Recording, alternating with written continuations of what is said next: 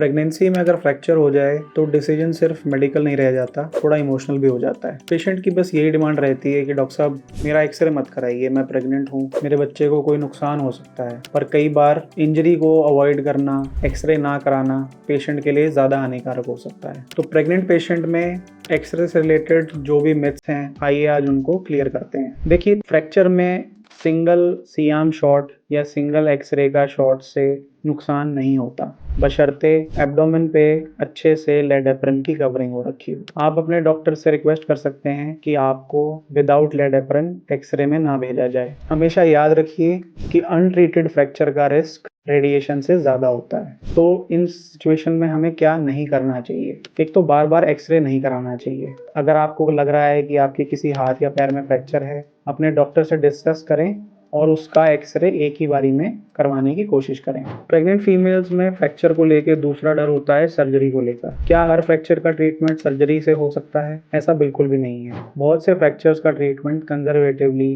Plaster से, slab से या किसी पट्टी से भी हो सकता है। पर अगर आपका फ्रैक्चर अनस्टेबल है, जोड़ से टूटा हुआ है, फ्रैक्चर के साथ साथ खुला जख्म है, तो सर्जरी को सिर्फ इसलिए डिले करना है क्योंकि मैं प्रेग्नेंट हूँ, इस कंडीशन में रिस्क ज़्यादा बढ़ जाता है। अब बात आती है सर्जरी के दौरान सी-आर्म के यूसेज की।